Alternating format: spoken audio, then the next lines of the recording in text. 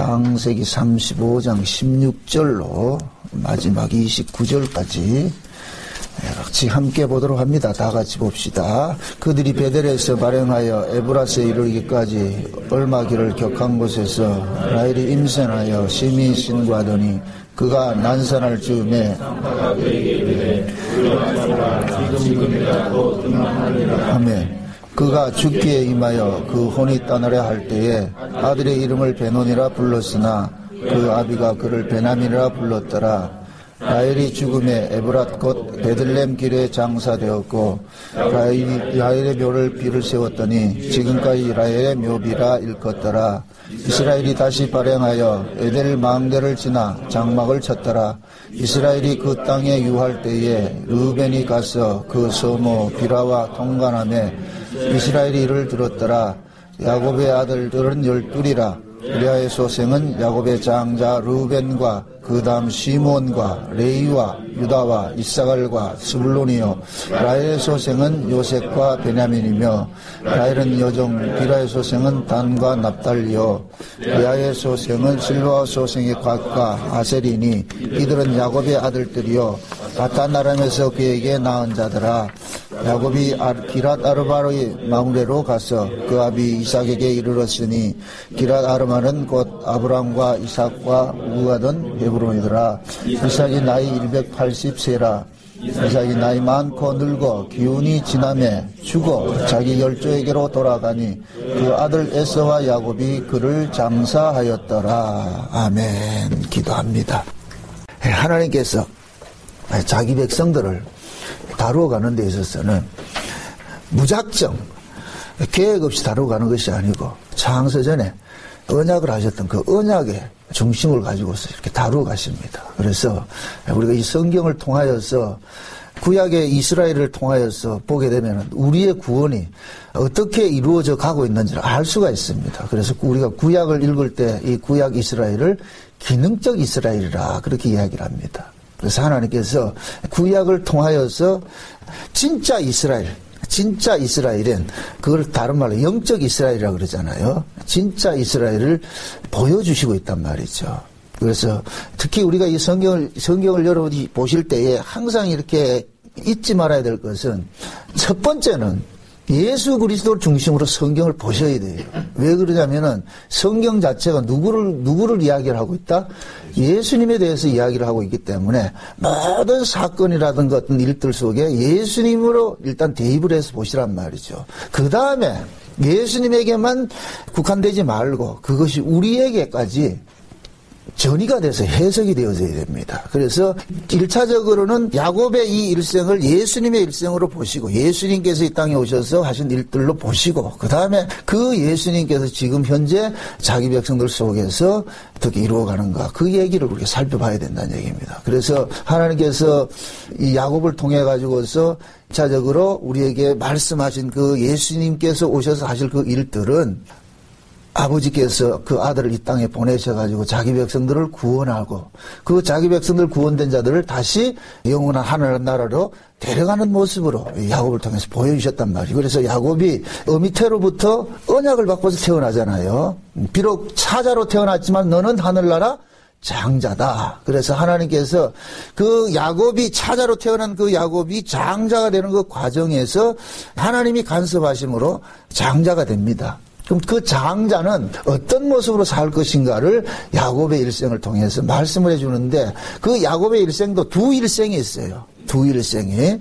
첫 번째 일생은 뭡니까? 야곱으로서 살아가는 일생이 있고 그 다음에 이스라엘로 살아가는 일생이 있어요. 그런데 실제 야곱이 이스라엘로 살아가는 그 일생은 야곱이 살지를 않습니다. 야곱 속에서 나온 자식들을 통해서 살아가게 하죠. 그건 다음에 살펴볼 우리 내용이고, 일단은 지금 야곱은 뭡니까? 일기 인생이 있단 말이죠. 우리 예수님께서도 일기 인생이 있고 이기 인생이 있어요. 예수님의 인생을 인생이라 이렇게 얘기는 좀 못한데, 예수님께서 이 땅에 오셔가지고서, 육체로 오셔가지고서 하신 일이 있고, 그 다음에 부활하시고 승천하셔서 성령으로 우리 가운데 오셔서 하실 일들이 있단 말이에요. 그래서 항상 예수님께서 자기 백성들을 다뤄가는 데는 삼직을 가지고서 다뤄간다 그랬어요. 예수님께서 그 탄생을 하실 때 동방박사들이 예수님에게 뭘 가지고 오지요? 선물을 가지고 오죠. 뭘 가지고 왔어요? 황금과 유향과 모략이죠. 그것은 예수님의 삼직을 예언을 해주는 거란 말이죠. 모략은 죽은 시체 썩지 말라고 해서 방부제로 쓰는 것이 모략이에요. 이것은 뭐냐? 예수님께서 십자가에 죽으심으로써 선지자 역할을 할 것을 이야기를 한단 말이죠. 그 다음에 유향은 뭐냐? 이건 향을 피우는 것인데, 이건 제사장으로서 성막에 볼 것 같으면은 제사장들이 성소 안에 들어가서 향을 피우고 그렇게 하잖아요. 그러듯이 그것은 뭐냐? 예수님께서 제사장이 되셔가지고서 지금도 자기 백성들을 다스린단 말이죠. 그러면은 그 예수님께서 제사장이 되셔서 다스리는 그 일들은 지금 현재 이루어지는 일들이에요. 현재. 이게 선지자 역할은 예수님께서 십자가의 죽음으로써 담당을 하셨고, 그 다음에 제사장 역할은 지금 현재 예수님께서 우리가 성전이잖아요. 우리 안에 오셔가지고서 우리 안에서 제사장으로서 일을 하시고 계시는 것의 모습입니다. 그 다음에 예수님 왕직은 이제 장차 예수님께서 재림을 하시면은 저와 여러분들이 전부 천국에서 그때 이제 예수님이 우리의 만왕의 왕이 되셔서 우리를 다스리고 우리가 함께하는 그 모습이란 말이죠. 그래서 야곱의 일생 속에서도 이 모습들이 이렇게 팁으로 숨겨져 있단 말이죠. 그래서 야곱이 아버지로부터 장자권의 축복을 받으니까 집에서 뭐 했다? 쫓겨나는 일들을 당한단 말이죠. 말이 쫓겨나는 것이지 실제 쫓겨난 것이 아니에요. 거기서 볼 것 같으면은 야곱이 장자권의 축복을 받고 나가지고서 리브가하고 이삭하고 하는 이야기가 에서가 가나안 땅 여인을 며느리를 맞아가지고 이게 큰 근심거리가 됐어요. 그래서 너는 이 땅에 가나안 땅에 있는 여자를 며느리 맞지 않고 아내를 삼지 말고 조상의 땅에 가가지고서 아내를 택해라. 그래서 야곱은 조상의 땅에 가서 아내를 택하러 간 거예요. 아내를. 이건 곧 뭐냐? 예수님께서 천상에 계시던 예수님께서 이 땅에 오신 것은 자기 아내 찾으러 온 거예요. 자기 아내 찾으러 왔단 말이죠. 그래서 예수님께서 하란에 가가지고서 누굴입니까? 조상 속에 있는 딸들을 데리고 오잖아요. 조상의 딸들 속에서 거기서 라헬과 레아를 데리고 왔단 말이죠.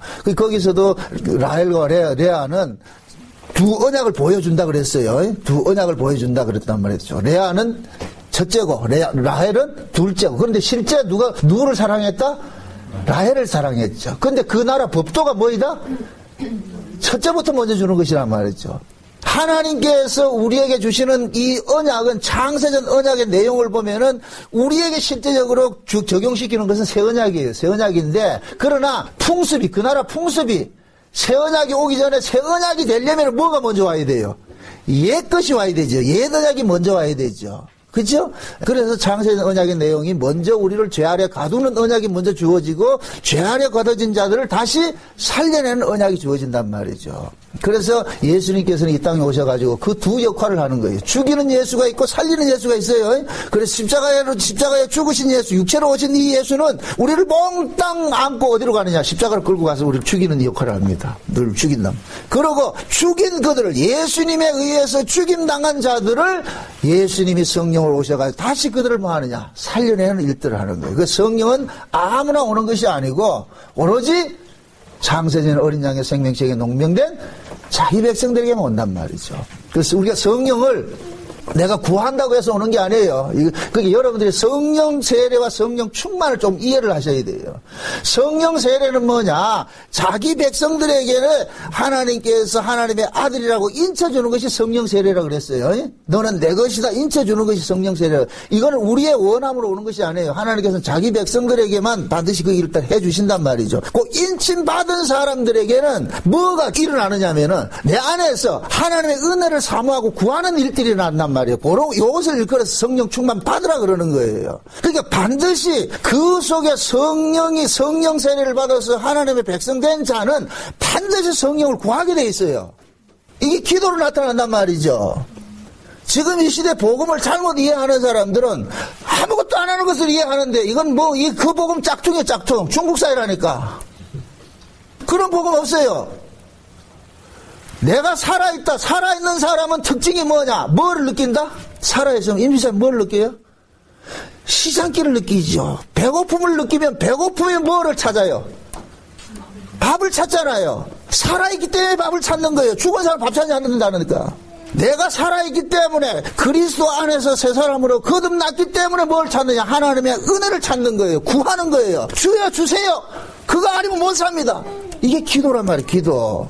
그래서 제가 여러분들 기도는 꼭 형식적으로 교회에 나와가지고 뭐 하는 그런 기도도 물론 중요하지만 그것보다도 여러분들이 범사 속에 기도하라 그러는 거예요. 설거지 하면서도 기도하고 말이요. 차 타고 가면서도 기도하고 말이죠.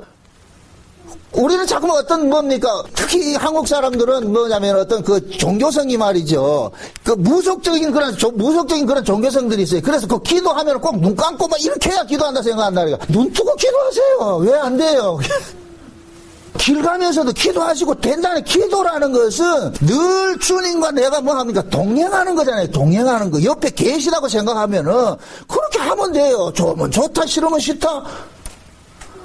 그 하나님과의 교제란 말이지, 교제. 늘 그런 관계가 돼야 돼요. 명절을 한번 찾는 하나님 아니고 늘 삶 속에서 말이죠. 그래서 제가 늘 그러는 거예요. 우리 주변에서 일어나는 모든 사건과 사고들은 전부 뭐냐. 이러한 것을 통하여서 우리는 하나님을 찾는 그런 계기를 만들어야 된단 말이죠. 좋은 일이면 좋은 일을 대로 하나님 찾고 굳은 일이면 굳은 일대로 하나님 찾고 말이죠. 하나님께서 이 야곱을 통해 가지고서 다뤄가는 방식을 보세요. 예수님도 이 땅에 오셔서 뭐 했어요? 기도했죠. 그 예수님 우리는 흔히 생각하잖아요. 예수님이 기도할 필요가 뭐 있겠냐? 아니에요. 예수님께서도 육체를 입고 오시는 하는 순간부터는 뭐가 되느냐? 하나님의 은혜를 구할 수밖에 없는 존재가 되는 거예요. 육체를 입고 오면은. 그래서 예수님께서 이 땅에서도 뭐 하느냐? 늘 하나님의 도움이 아니면 살 수 없는 그 구조 속에 놓여 있기 때문에 예수님도 늘 기도하는 거예요. 틈만 나면 기도하셨단 말이죠.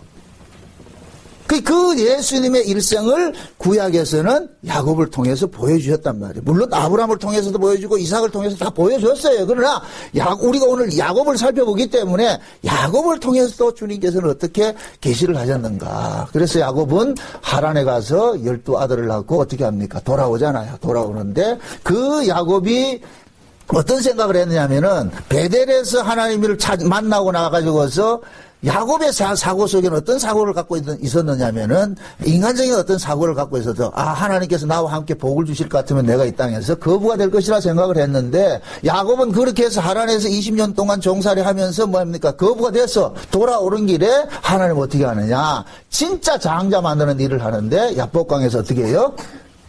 야곱을 힘을 의지하고 자기 힘을 의지하고 살던 야곱을 어떻게 해요? 깨뜨려 버리죠. 그래서 거기에서 뭐를 하나 줍니까? 지팡이 하나를 준단 말이에요. 지팡이. 그 지팡이는 곧 누구를 상징하느냐? 하나님을 상징하는 거예요.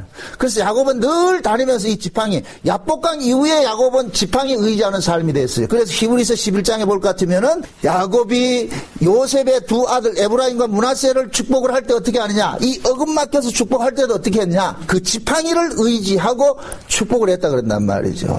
그러니까 그 지팡이를 의지하고 축복을 할 때 므낫세와 에브라임을 이렇게 어금 맡겨서 기도할 때에 이것은 곧 뭐냐? 하나님께서는 장자를 찾아 삼고 차자를 장자 삼는 것이 하나님께서 하시는 일들이더라.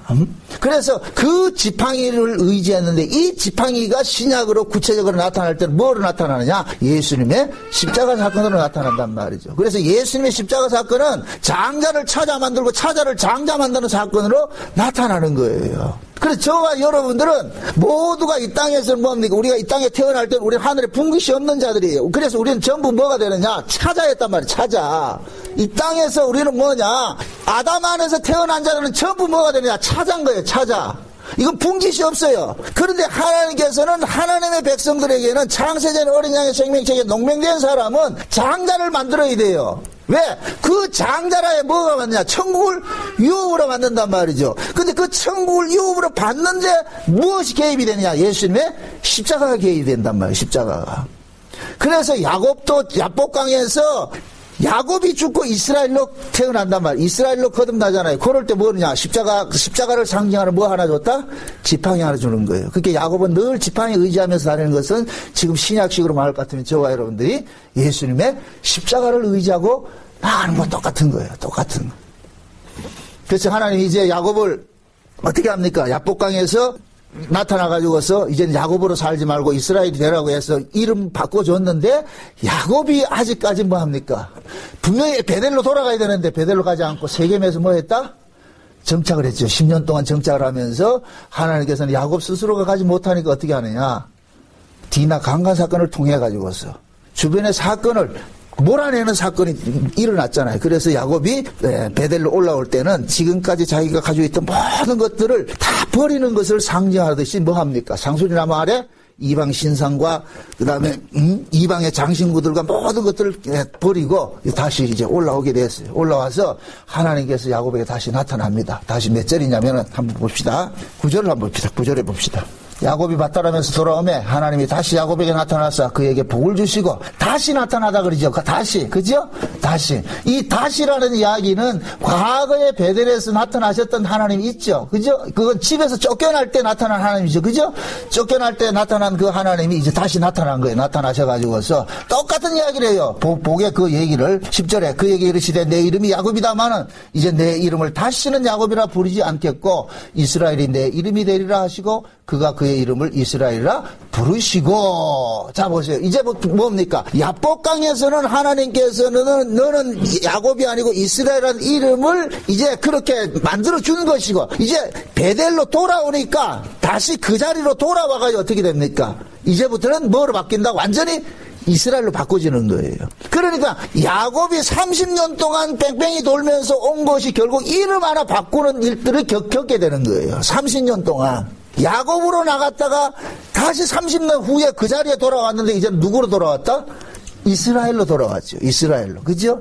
이제 이스라엘의 삶이 사는 거예요. 그럴 것 같으면은 이제는 이스라엘로 살아가는 그 삶이 야곱에게 전개될 것 같으면은 야곱으로 살았던 모든 것들은 뭐 해야 돼요? 다 청산이 돼야 되겠죠. 그래서 창세기 35장에서는 뭡니까? 야곱이 과거에 그 관계됐던 모든 것들이 죽는 것으로 나타나는 거예요. 죽는 것으로.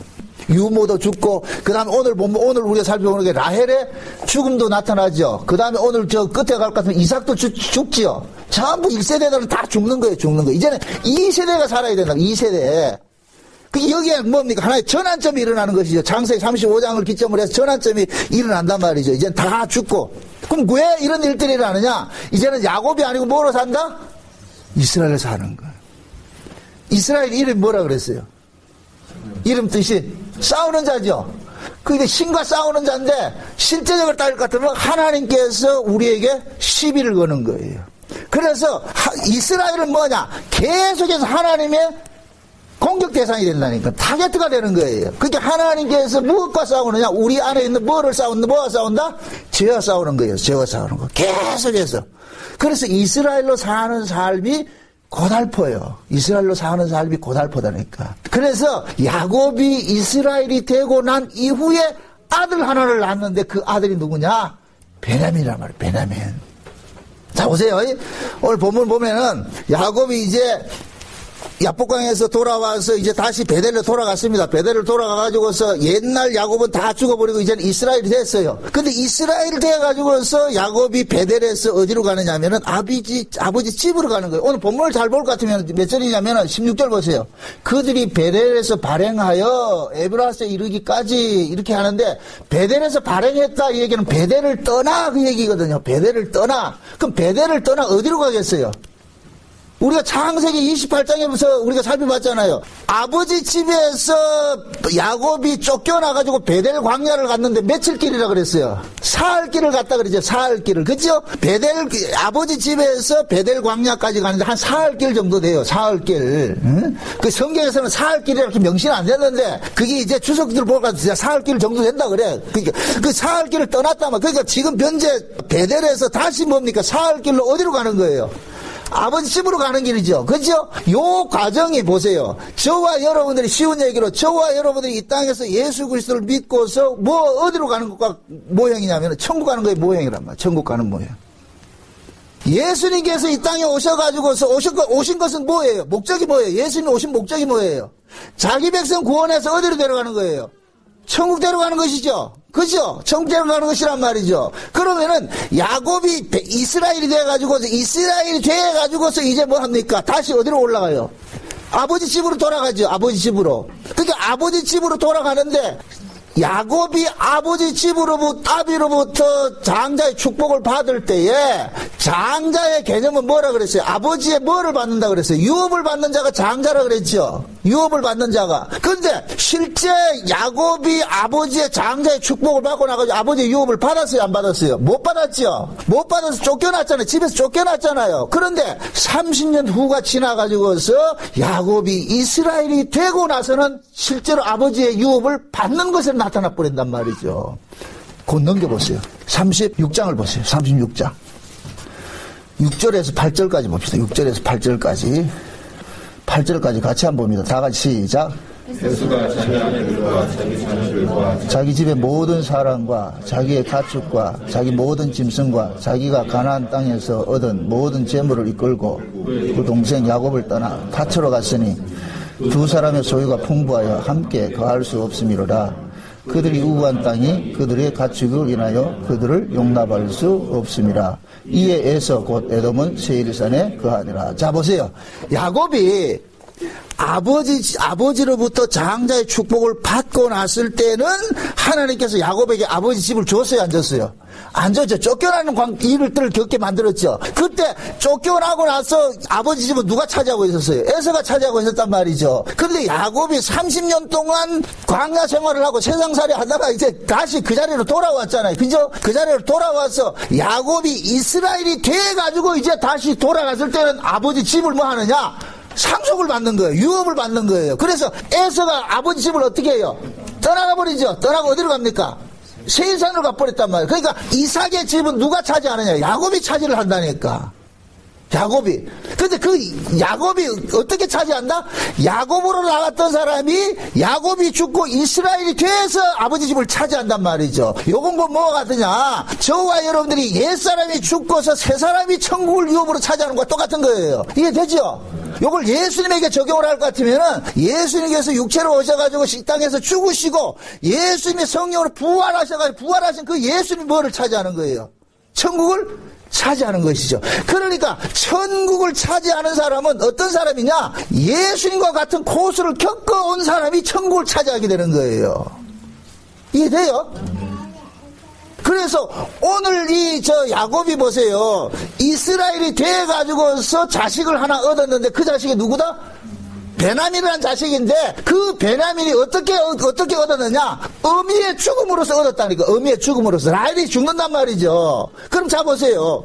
베냐민은 어떻게 생겨났느냐? 어떤 분의 희생을 통해서 태어난 자가 베냐민인 거예요. 그러면 보세요. 야곱과 라헬은 한 몸이에요. 부부는 한 몸이란 말이죠. 그러니까 라헬의 죽음은 곧 누구의 죽음과 같으냐? 야곱의 죽음과 같은 거예요. 이해돼요? 그러니까 베냐민은 어떻게 생겨났느냐? 라헬의 죽음으로서 베냐민이 생겨났는데 이 라헬이 죽어가면서 아들을 낳고는 그 아들의 이름을 뭐라 불렀다? 베노니라 불렀죠.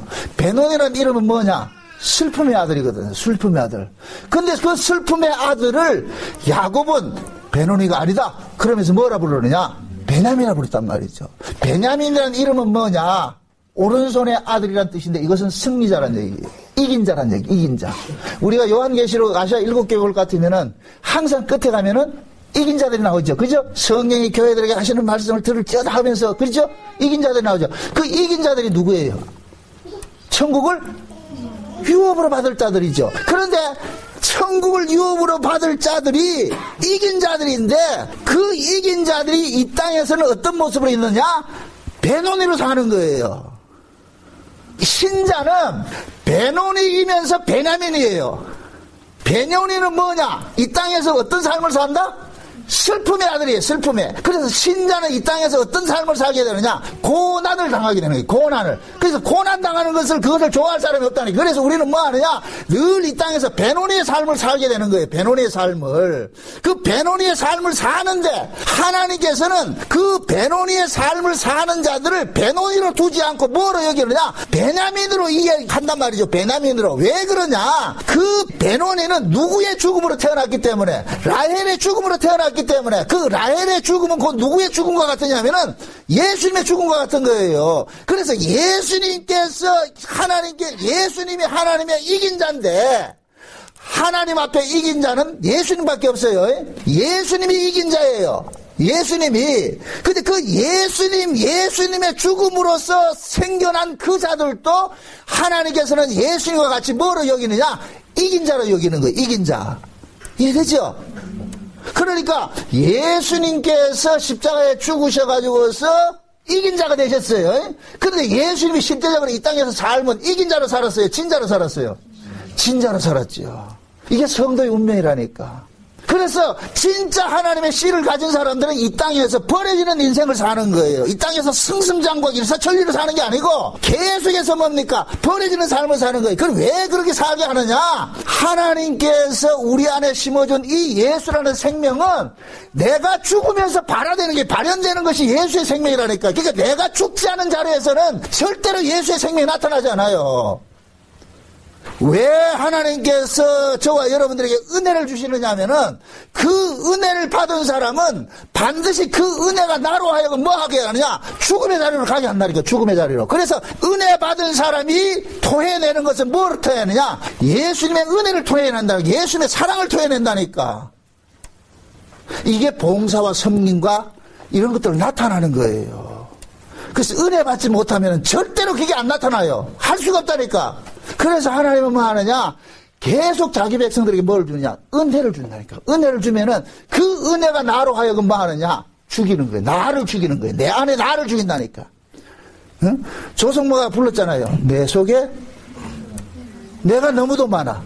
요 내 속에 있는 나 때문에 뭐가 안 되느냐? 예수의 생명이 드러나지 않는다니까. 그래서 하나님께서는 내 안에 있는 이 예수의 생명을 드러내기 위해서 마치 기드온의 300용사의 그 항아리 속에 횃불이 있다. 횃불을 끄집어내기 위해서 뭐를 깬다? 항아리를 깨야 되는 거예요. 항아리를 깨는 목적은 횃불을 끄집어내기 위해서 꼭 깨는 거예요. 마찬가지로 하나님께서 자기 백성들 속에 뭐를 줬냐? 예수의 생명을 줬는데 이 예수의 생명은 반드시 내가 깨어짐으로 인해서 그 속에 생명이 드러나게 돼 있다니까. 그래서 하나님께서는 우리를 뭐 하냐? 자꾸만 죽음의 자리로 넘어가게 만드는 거예요. 그게 이 땅의 신자들이 이 땅에서 살아가는 삶의 모습이 뭐이다? 베냐민으로 살아요? 베노니로 살아요? 베노니로 살죠. 베노니로 사는 자들이 하나님께서 뭐 하느냐? 너는 슬픔의 아들이 아니라 너가 바로 이긴 자다. 너가 승리한 자다. 네가 내 새끼다 이거예요. 그래서 성경에서는 하나님께 사랑을 입은 자들은 전부 하나같이 이 땅에서 뭐로 나타나느냐? 버려진 모습으로 나타나는 거예요. 나그네의 모습으로 나타나는 거예요. 이 세상의 것을 누리는 자로 나타나는 것이 아니라 지금 야곱도 보세요. 야곱이 처음에 일기로 베델에서 하나님 만나고 나가지고서 살아갈 때는 어떻게 살았느냐? 모으는 인생을 살았다니까. 모으는 인생을. 어떻게 하면 모으느냐? 모으는 것이 복인 줄 알았단 말이죠. 그러나 야복강을 지나고 나서 야곱은 뭐 하느냐? 모으는 것이 인생이 아니고 버린 인생이 되는 거예요. 그래서 야복강 지나서 제일 먼저 나타난 현장이 뭐냐? 형님한테 가가지고 뭐라 그래요? 형을 뭐라 그래요? 주라고 고백하잖아요. 그 앞에 무릎을 꿇잖아요. 무릎을 꿇는 자가 뭐냐? 주라니까 주. 그래서 예수님께서 이 땅에 오셔가지고서 자기 백성들을 위해서 주로 사셨어요? 섬기는 종으로 사셨어요? 종으로 사셨지요. 종으로. 그래서 예수님께서 난 너희를 섬기러 왔다 그러잖아요. 섬기러. 그 섬기는 자가 곧 뭐냐? 하늘의 장자라니까. 그럼 예수님이 섬기는 그 모습이 베냐민입니까? 베논입니까? 베논이죠. 베논이. 그래서 진짜 하나님의 장자들은 이 땅에서 삶의 모습이 뭐로 살아가느냐? 베논이로 살아가는 거예요. 베논이로. 베논이가 뭐이다? 슬픔의 아들이에요. 이걸 시편 기자는 뭐라 그러냐? 눈물로 단을 뿌린다 그러는 거예요. 눈물로 씨를 뿌린다 그런단 말이에요. 눈물로. 그러니까 하나님께서는 우리로 하여금 눈물로 씨를 뿌린 자를 나중에 기쁨으로 단을 거두게 하신다니까. 다시 말해서 베논이로 살게 하고 천국에서는 베냐민을 만들어버린다. 베냐민으로. 그러니까 라헬이 지금 그러잖아요.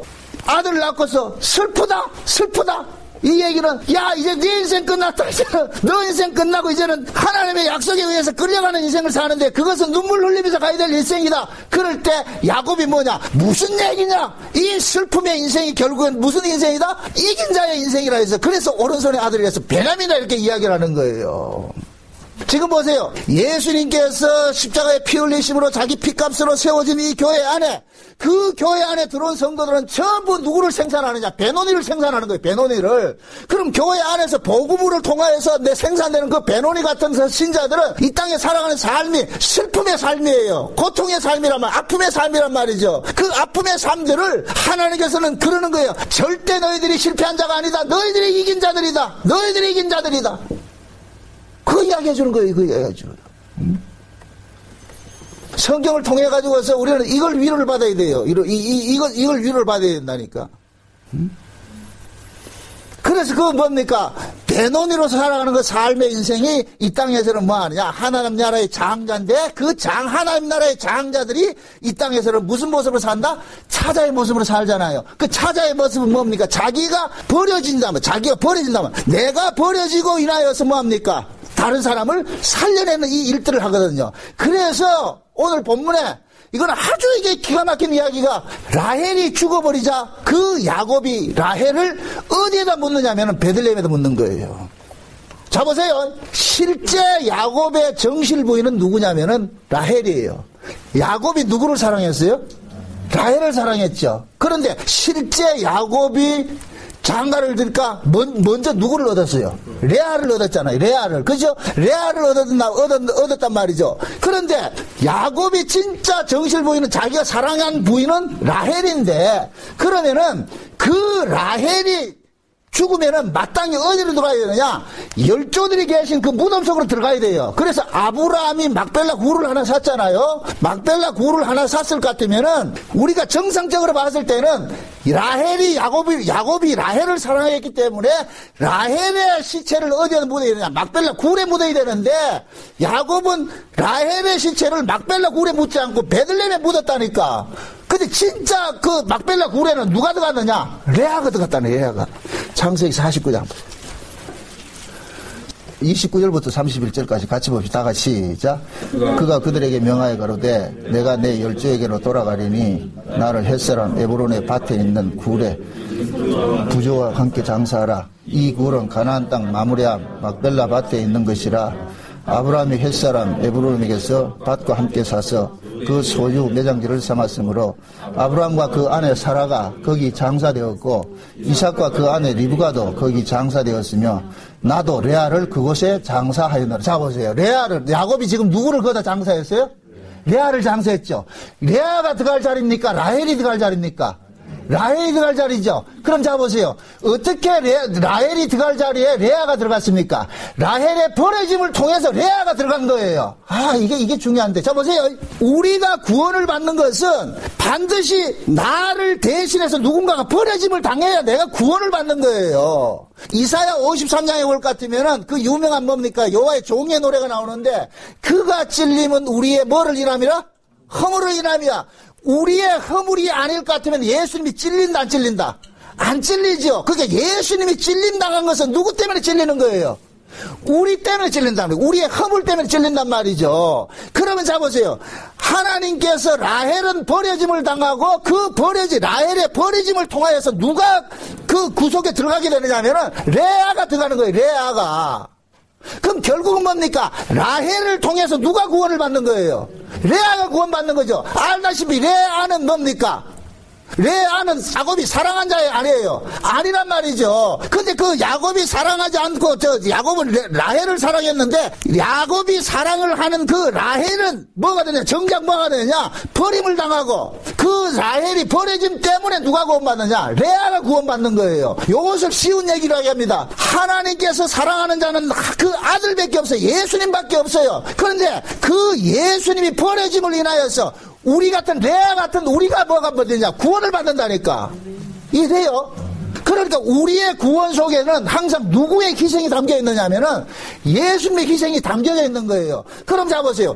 라헬이 버려짐을 통하여서 레아가 구원을 받았죠. 그 열조에 들어갔으니까, 열조의 조상으로 들어갔으니까 구원을 받았을 것 같으면은, 라헬의 소생을 통하여서 누가 구원을 받느냐면은 레아의 후손들이 구원을 받는 거예요. 이게 나중에 뭡니까?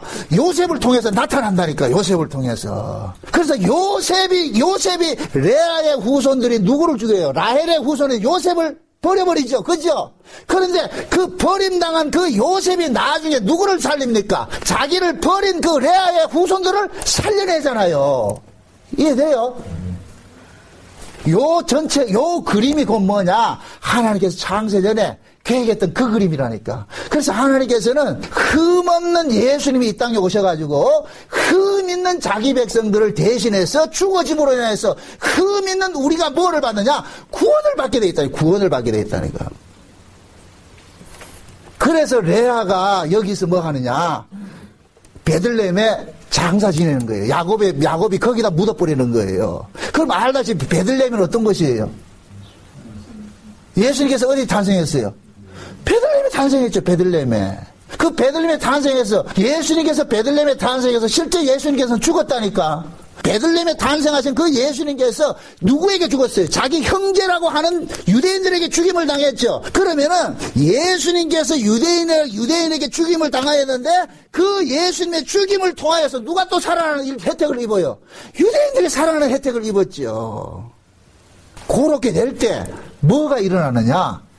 예수님을 죽였던 자들이 예수님을 통해서 살아났을 때는 살아난 그들 속에는 뭐가 담겨져 있느냐? 예수님의 희생이 담겨 있는 거예요. 예수님의 피 흘리심이 담겨 있는 거예요. 하나님께서는 그거 하나 남기고 싶어 하는 거예요. 그럴 때 그 예수를 통해서 살아난 사람들은 모두가 뭐 때문에 살아났어요? 예수님의 피 때문에 살아났죠. 요걸 구약에서는 출애굽 사건 속에서 보여준 거예요. 그래서 출애굽을 할 때 이스라엘 백성들은 몽땅 다 죽을 때 6월절 어린 양 피를 그 백성들에게 발라버리는 거예요. 그래서 이 출애굽을 하는 그 백성들은 전부 뭘 뒤집어 쓰고 나오는 거예요? 피를 뒤집어 쓰고 나왔다니까. 그래서 출애굽을 한 이 광야에 있는 백성들은 그들은 피의 민족이 되는 거예요. 피의 민족이. 그래서 출애굽을 한 사람들은 어린 양의 피의 의미를 모르는 사람은 이스라엘이 아니라니까. 그래서 하나님께서는 어린 양의 피의 의미를 이걸 알게 하는 그 일들을 하게 하는 거예요. 백성들에게. 그래서 이스라엘 백성들은 광야에서도 계속해서 뭐 하느냐? 하나님을 원망하고 배도하는 일들이 있는데 계속해서 거기에 뭐가 부어지느냐면 용서와 긍휼이 계속해서 부어지는 거예요. 그러면은 이 용서와 긍휼이 부어짐을 입은 이런 자들이 결국에는 하나님 나라 갔을 때 뭐가 되느냐? 어린 양을 찬송하게 된다니까. 나의 나된 것이 하나님의 은혜로. 하나님께서 자기 백성을 구원하는 것들이 결국 우리 속에 남기고 싶은 것은 뭐냐? 하나님 은혜 하나 남기는 거예요. 우리는 마땅히 저주받아 죽어야 되는데 저주받아야 이럴 자가 살고 있다는 것은 누구 희생 때문에 살았다? 예수님의 희생 때문에. 그게 하나님은 우리를 통해 가지고 누구 하나 남기고 싶으냐? 예수 하나 남기고 싶은 거예요. 그 아들의 희생을 남기고 싶어 하는 거예요. 그래서 구원을 받은 신자들 속에서는 항상 이 정체성이 있는 거예요. 난 누구 때문에 산다? 예수 때문에 산다. 난 예수님 산다. 난 마땅히 저주받아야 되는데 이 저주받을 자를 대신해서 누가 죽었느냐? 예수님 때문에 산다. 그래서 그 예수를 증거하고 예수를 자랑하는 것이 신앙생활이라는 거예요. 신앙생활. 그럴 때 뭡니까? 이 땅에 하나님께서 자기 백성들을 통해 가지고서 누구를 남기고 싶어 하느냐? 그 아들 예수를 이 땅에 남기고 싶어 하는 거예요. 구원받은 신자들은 가는 곳마다 뭘 전하느냐? 예수 전하는 거예요. 그래서 오순절 성령이 임하고 날 것 같으면 뭐가 돼요? 너희가 예루살렘과 땅끝까지 뭐가 된다 그래요? 무슨 증인 된다 그래요? 예수의 증인이 된다 그러죠. 예수의 증인. 그럼 예수의 증인이 뭐예요? 예수님께서 뭐 죽은 자를 살리고 뭐 이런 거 증인하는 것이 아니고 나 같은 죄인이 누구 때문에 살았다? 예수 때문에 살았다. 그거 증거하는 거예요. 증거하는 거.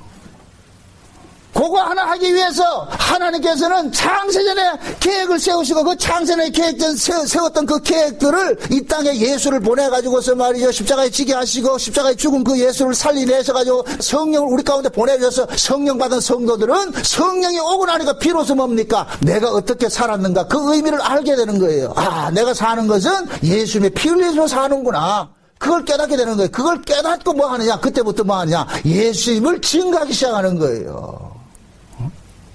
저와 여러분들이 지금 은혜를 입고 이렇게 하는 것도 오직 하나밖에 없다니까. 하나님은 그 아들을 자랑하고 싶었어. 그 은혜, 그것을 창세전 언약에서 뭐라, 그 은혜의 영광을 뭐 한다? 참여한다 그런다. 참여한다.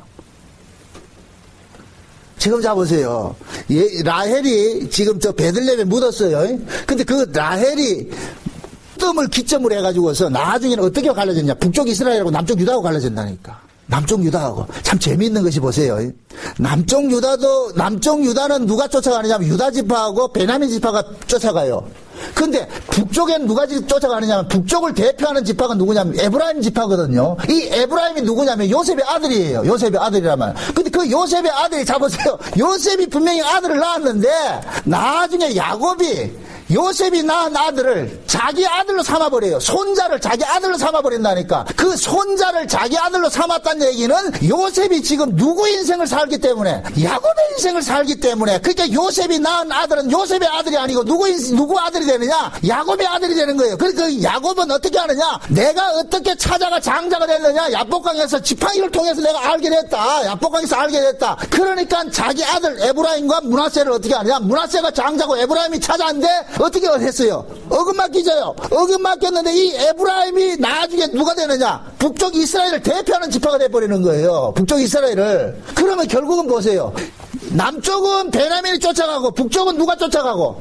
에브라임이 쫓아가고. 그럼 결국엔 뭡니까? 둘 다 누구의 소생이 되는 거예요?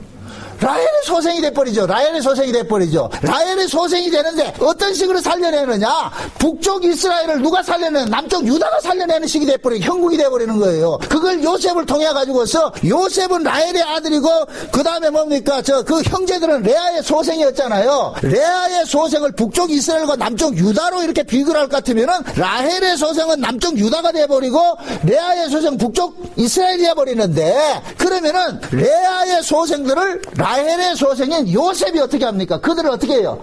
포용하면서 살려내는 형국이 되어버리죠. 그래서 구약의 이스라엘 백성들이 북쪽 이스라엘과 남쪽 유다가 갈라졌는데 예수님께서 오실 때에 이스라엘을 바벨론 포로에서 돌아와가지고서 현재 이 이스라엘을 형성하고 있는 그 나라가 어떤 나라냐면 남쪽 유다라니까, 유다. 그럼 결국 이 유다를 통해 가지고서 누구를 구원하는 일들을 하느냐? 북쪽 이스라엘을 구원하는 일들이 일어나는 거. 이게 예수님께서 십자가를 통해서 일어났단 말이죠. 그래서 예수님께서 오셔서 십자가를 지시기 전에는 유대인들을 어떻게 생각했느냐? 사마리아인들을 취급했다 안 했다? 안 했죠. 사마리아인들이 누구예요? 북쪽 이스라엘이라니까. 그런데 이 남쪽 유다 사람들은 취급을 안 했어. 그런데 예수님께서 상징적으로 북쪽에 있는 그 사마리아를 찾아가 사마리아 여자를 구원을 하잖아요. 그죠? 사마리아 여자를 구원하고 예수님께서 십자가의 죽으심으로 인하여서 이제는 남쪽 유다나 북쪽 이스라엘이라는 것이 이것이 경계가 있다 없다? 없어져 버렸죠. 그게 예수님의 죽으심으로 인하여서 결국 뭐가 되느냐? 남쪽 유다나 북쪽 유다나 다 하나가 돼서 뭐가 되냐? 구원이 이루어지는 거예요. 구원이. 그래서 라헬의 묘를 통하여서 북쪽과 남쪽이 이렇게 경계가 됐듯이 예수님의 십자가 사건을 통해 가지고서 뭐로 갈라지냐? 남과 북이 갈라진단 말이에요. 영과 육이 갈라진단 말이죠. 영과 육이 갈라지는데 하나님께서는 어떤 식으로 일을 하냐면은 영에 속한 자들을 죽임을 통해 가지고 육에 속한 자들을 구원하는 형식으로 해버린단 말이죠. 그러니까 영에 속한 자기 백성들은 이 땅에서는 어떤 식으로 살게 되느냐 하면 날마다 버림당하는 삶을 살게 되는 거예요. 십자가의 길로 나가게 되는 거예요. 그래서 내가 죽은 그 자리에 하나님께서는 우리를 통해서 다른 사람을 살려내는 일들을 한다니까. 그래서 우리가 은혜를 입게 될 것 같으면은 은혜 입은 사람들은 날마다 뭐 하느냐? 죽임당하는, 희생당하는 모습으로 나타나고 그 은혜 입은 사람의 희생을 통해서 은혜를 입지 못한 사람이 혜택을 보게 되는 거예요. 이게 하나님이 일하심의 방법이라니까. 그럼 우리는 그런 일들을 통해 가지고서 뭐를 깨달아야 되느냐? 맞아. 나 같은 죄인을 살리기 위해서 누가 죽었다? 예수님 죽었다. 이게 나와야 된단 말이죠. 야, 내가 은혜 받아가지고서 내가 왜 손해봐? 내가 손해보고, 내가 이렇게 희생당함으로 해서 저놈 새끼가 혜택 보는 건 난 그걸 용납 못해. 요건 지금 은혜를 받지 못한 사람이라니까. 하나님께서는 나에게 은혜를 줘가지고 나를 통해가지고 다른 사람이 혜택을 잊게 하잖아요. 혜택을 잊게 하면서 뭘 가르치냐면은 네가 지금 혜택을 잊고서 이렇게 사는 것은 누구 때문에 혜택 잊고 산다? 예수 때문에 혜택 잊고 산다는 것을 늘 보기고 우리에게 묻고 있는 거예요. 그러니까 내가 예수 때문에 혜택을 입고 산다는 것을 깨닫는 사람은 어떻게 살까요? 자기가 몸을 행한 것을 가지고서 그걸 자랑할까요? 남을 무시할까요? 아닐 것 같으면 감사할까요? 감사하게 되죠. 내가 받은 그 하나님의 은혜를 깨닫고 감사하게 되죠. 내가 예수님으로부터 이런 혜택을 입고 내가 지금 구원을 받았다. 그걸 깨닫게 되는 것이죠. 그래서 하나님께서는 자기 백성들에게 늘 뭐 하느냐, 은혜를 줘가지고 그 은혜 입은 사람들은 항상 뭐냐, 내가 예수를 짊어짐으로써 살게 만든다는 게. 고린도후서 봅시다. 고린도후서 5장을 봅시다. 13절부터 봅시다.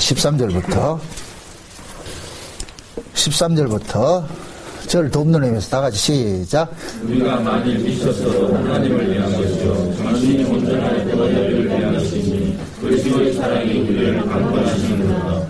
우리가 생각하건대 한 사람이 모든 사람을 대신하여 죽었음즉 모든 사람이 죽은 것이라. 그가 모든 사람을 대신하여 죽으심은 살아있는 자들로 하여금 다시는 그들 자신을 위하여 살지 않고 오직 그들을 대신하여 죽었다가 다시 살아나신 이를 위하여 살게 하려 하구나. 아멘. 자, 13절에 지금 보면은 사도 바울이 그러는 거예요. 우리가 만일 미쳤어도 하나님을 위한 것이고 정신이 온전하여도 너희를 위한 것이다. 그럼 바울이 이 고백을 하는 것은, 바울은 지금까지 복음을 전하면서 누구를 섬기고 살았어요? 성도들을 섬기고 살았죠. 그죠?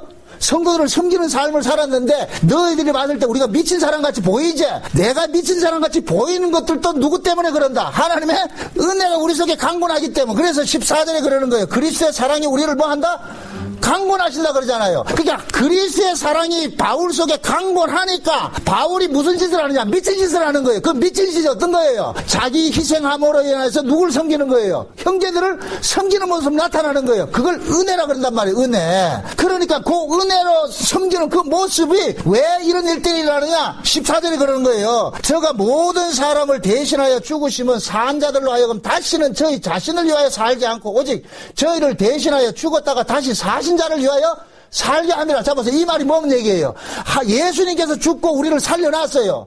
예수님이 죽고 우리를 살려난 이유가 뭐예요? 목적이 뭐예요? 우리를 위해서 살려고 살려놨어요. 예수를 위해서 살려고 살려놨어요.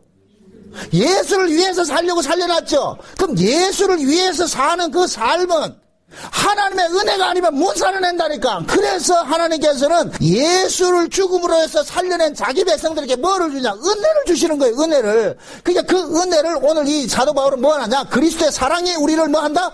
강건한다 그러는 거예요. 그리스도의 사랑이 강건하니까, 다시 말해서 하나님의 은혜를 받으니까 그 은혜가 나로 하여금 누구의 삶을 대신 살게 하느냐? 예수님의 삶을 대신 살게 하더란 말이죠. 그럼 묻습니다. 예수님의 삶을 대신 살면은 누가 혜택을 입어요? 왼수들이 혜택을 입는다니까. 근데 우리는 이 왼수들이 혜택이 있는 걸 용납한다 안 한다? 안 하죠. 그게 우리 아담의 형상이라니까. 그래서 하나님께서는 아담의 형상이 이거를 깨뜨려버리고 예수의 형상을 우리에게 심어주는데, 그 은혜가 임하게 될 것 같은 그 은혜가 나로 하여금 뭐하냐? 아담의 형상으로 살지 않고 예수의 형상으로 살도록 만들어간단 말이죠. 그래서 신자는 은혜를 받으면은 누구의 모습이 드러나느냐면 예수님의 모습이 드러나는 거예요. 그 예수님의 모습이 다른 게 아니고 자기를 비우는 거예요. 자기를 비워서 남을 섬기는 모습은 그게 교회라니까, 교회. 그래서 오순절 성령이 임하고 나니까 성령 받은 자들이 뭐 하느냐? 자기의 재물을 팔아서 너 어디를 줘요? 어디에 내놔요? 교회를 내놓죠. 교회가 교회 모임이 누구예요? 전부 예수 그리스도의 부르심을 입은 자들이 모임이잖아요. 그들을 섬기기 위해서 내어놓는 거예요. 그러니까 바나바 같은 사람은 뭡니까? 바나바가 뭐였어요? 하나님의 은혜를 오순절 성령 받고 나가지고 자기 밭을 팔아가지고 어디에 내놔요? 교회에 내놨죠. 그럼 결국 바나바가 재물을 교회에 내놓은 겁니까? 하나님의 은혜가 내놓게 한 거예요. 은혜가 내놓게 한 것이죠. 은혜 받지 못한 사람은 못 내놓고, 은혜 받은 사람은 내놓고. 이게 결국 뭐냐? 하나님께서 성도에게 은혜를 주시는 것은 이제부터는 너는 너로 살지 말고 누구를 위해서 사느냐? 나를 위해서 살아. 이게 예수의 증인이랄까, 증인. 우린 예수 증인이랄 것 같으면 그냥 말로만 따박따박 이렇게 하는 게 예수 증인이라는데 아니에요. 성경이 말하는 예수의 증인은 예수님과 같은 삶을 사는 사람을 예수의 증인이라 그런다니까. 그래서 전도는 말로 하는 게 아니에요. 뭘 하라? 삶으로 하는 거예요, 삶으로. 지금 이 시대에 한국의 기독교가 개독교가 된 것은 왜 그러냐? 말로는 예수를 하는데 실제 삶의 모습은 이방인보다 더 개판이니까 그건 예수의 증인이 아니라니까. 지금같이 기독교가 망신당할 때가 없었어요. 지금같이. 그것은 결국 뭐냐? 전부 성도들이 알고 있는 예수는 지식이라는 거예요. 지식. 화수가 되어 있는 거예요. 머리로는 아는데 가슴이 없어. 가슴에 뜨거움이 없으니까 뭐 하느냐? 예수의 생명들이 드러나지 않는 거예요. 그래서 예수님께서 그러는 거예요. 사도 바울이 그래. 하나님의 이름이 너희들 때문에 이방인들에게 뭘 당한다? 모독을 당한다 그런다니까. 모독을 당한다. 그러니까 여러분들이 지금 어디 가가지고 나 예수 믿는 사람이 믿습니다 하는 소리를 함부로 하지 마시라니까. 물론 우리가 어떤 행위를 통해서 구원받는 건 아니에요. 그건 아닌데 우리가 구원을 받은 자들, 은혜를 입은 자들이기 때문에 은혜 입은 자로서의 삶의 모습들이 드러나야 되는 거예요. 그래서 신앙생활하는 건 너무 영악스럽게 하면 안 된다니까. 산수로 살지 마세요. 산수로 살면은 그건 신자들은 산수로 사는 자가 아니에요. 이에 타산을 따져가 내가 요렇게 하면 저 사람이 내게 유익이 된다. 그거는 세상 사람들이 사는 것이죠. 그러나 산수로 사는 사람, 신자들은 그게 아니에요. 이 땅에서는 배노니의 삶을 살게 돼 있다니까. 슬픔의 삶을 살게 돼 있어요. 그게 아시아 7교회 보세요. 모두가 고난 속에서 핍박받고 말이죠. 버림당하고 그런 모습을 사는 거예요. 그런데 그들을 하나님께서는 뭐로 여기느냐? 이긴 자로 하더라면 이긴 자. 너희들이 이긴 자다. 너희들이 이긴 자들이다. 그 이긴 자들의 모습 속에 누구의 모습이 들어가 있느냐? 예수님의 모습이 들어가 있다니까. 예수님의 모습이. 그래서 하나님은 지금 우리에게 두 가지 이름을 줬어요. 베노리의 이름을 줬고 베냐민의 이름을 줬어요. 이 땅에 살아가는 건 무엇은 누구의 이름으로 산다? 베노니의 이름으로 사는 거예요. 베노니의 이름으로 사는 것은 슬픔이에요. 슬픔. 아픔이에요. 고통이에요. 그러나 하나님께서 너가 하나님의 백성이라는 것을, 너가 예수를 통해서 나아진 자라는 것을 인치기 위해서 우리에게 뭐를 주냐? 고통을, 고난을 주는 거예요. 그 고난을 준단 말이죠. 그런데 실제적으로는 그 고통의 사람이 나중에는 어떻게 되느냐? 기쁨으로 우리는 다 하늘 거둔다. 이긴 자가 되는 거예요. 이긴 자. 그래서 우리는 천국에 갈 때 전부 뭐로 가느냐? 진자로 가는 것이 아니고 뭐로 가는 것이다? 이긴 자로 가는 거예요. 이긴 자. 그래서 예수님께서 그러잖아요. 하나님의 미랄이 땅에 떨어져 썩는 것은 진 것처럼 보이지만은 실제는 진 것이 아니라 뭐 한다? 이긴 것이 되는 거예요. 사도 바울이 지금 이야기하잖아요. 그리스도의 사랑이 우리에게 강건하신다. 왜 하나님의 사랑이 왜 사도 바울 속에 강건할까요? 하나님께서 사도 바울에게 사랑을 주어가지고 사도 바울 속에 심어놓은 뭐를 빼내기 위해서? 그리스도의 생명을 빼내기 위해서. 그러니까 사도 바울은 하나님의 사랑을 받으면 받을수록 사도 바울은 그 사람은 점점 뭐 하느냐? 후패해지는 거예요. 후패해지는 거예요. 낮아지고 섬기고 베풀고 말이죠. 후욕을 당한 적 축복을 하고 말이죠. 우겨쌈을 당하고 말이죠. 겉옷을 달라면 속옷도 내주고 하는 이런 삶의 모습이 드러난다니까. 그것은 제정신으로 하는 게 아니란 말이죠. 하나님의 은혜가 강건하기 때문에 한단 말이죠. 그러니까 바울이 그러는 거예요. 우리가 미쳤어도 누구 때문에 미쳤다? 예수 때문에 미친 거예요. 묻습니다. 바울이 미쳤다. 하나님 미치게 했다. 하나님 미치게 했죠. 왜 그러겠어요? 하나님께서 바울을 뭘로 샀기 때문에, 예수의 죽음으로 바울을 구원했기 때문에, 그래서 예수의 죽음을 바울 속에다 그대로 심어놓은 거예요. 그래서 하나님께서는 예수의 죽음으로서 구원받은 자기 백성들을 다시 어디로 내모느냐? 죽을 자리로 내모는 거예요. 죽을 자리로. 그 죽을 자리로 가는 것이 뭐냐? 슬픔의 아들 베노니라니까. 베노니. 주여 와 이러십니까? 이런다니까. 그럼 하나님께서 그런다. 야 이놈아, 그것이 죽는 것이 아니고 그것이 사는 길이다. 그 영원히 사는 길이다. 그 길 가게 하신다니까. 그래서 오늘 우리가 이 라헬이 죽으면서 낳았던 이 아들 베냐민을 만드는 요 사건들을 남의 이야기를 듣지 말고, 결국 뭐냐? 라헬이 낳은 그 베노니가 결국 누구냐? 예수의 죽음으로 낳아진 나 자신이구나. 내가 베노니였구나. 그러나 내가 베노니가 아니라 누구다? 베냐민이다. 내가 승리한 사람이구나. 내가 이긴 자구나. 하나님 그렇게 우리를 간섭해 가신다네요. 그러니까 여러분들이 세상 살면서 예수 때문에 조금 아픔 당하고 손해보는 일 있더라도 그것 때문에 낙심하지 마시고, 이것이 죽어서 사는 길이구나. 내가 망해서 흥하는 길이구나. 그거 아시고, 여러분들이 그러한 구조 속에 빠진다 할지라도 낙심하지 마시고 그 속에서 당당하게 승리하는 삶을 사시기를 주의 이름으로 축원드립니다.